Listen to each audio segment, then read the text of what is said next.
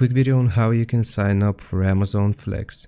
You want to open up your Safari browser and just Google search for Amazon Flex sign up. You will see a bunch of different links from the official website. Click on the first one that pops up right here.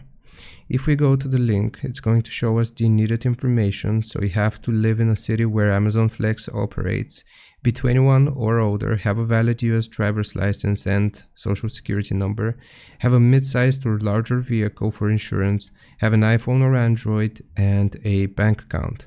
Now, if you meet all of the criteria here, it's going to show us that we have to download the Amazon Flex app to sign up. Just click on download the app, depending on whether you have Apple or an Android phone.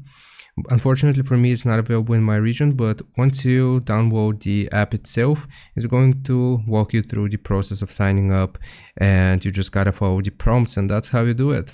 Hope this helps. Leave a like and sub. I'll see you next time.